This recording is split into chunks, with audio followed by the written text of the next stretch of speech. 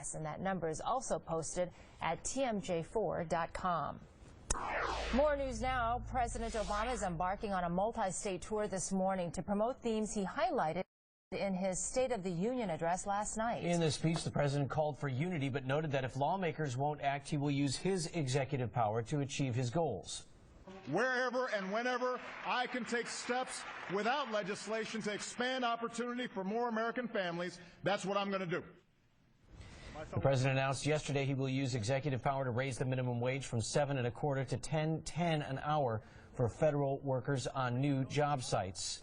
And there was plenty of reaction from both sides of the aisle. A congresswoman from Washington State delivered the official Republican response. The president talks a lot about income inequality, but the real gap we face today is one of opportunity inequality. And with this administration's policies, that gap has become far too wide. The congresswoman went on to say Republicans have plans to close the gap that focuses on jobs first, without more spending, government bailouts, and red tape. We got local reaction from Representative Gwen Moore. Here's some of what she had to say. It was a very optimistic State of the Union address. Although things seem bleak right now, we've come a long way since the beginning of his presidency.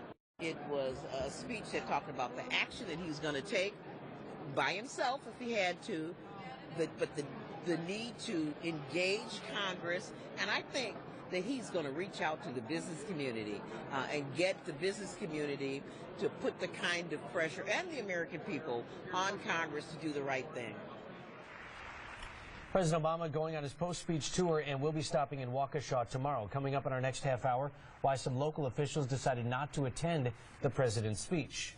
Wisconsin Congressman Paul Ryan was one of the Republicans underwhelmed by the president's speech. He was on Fox News last night where he said, quote, "I think for him that wasn't very combative. I think he was trying to dial back the combative nature of his speech, but basically, as a result, there wasn't a new idea here," end quote.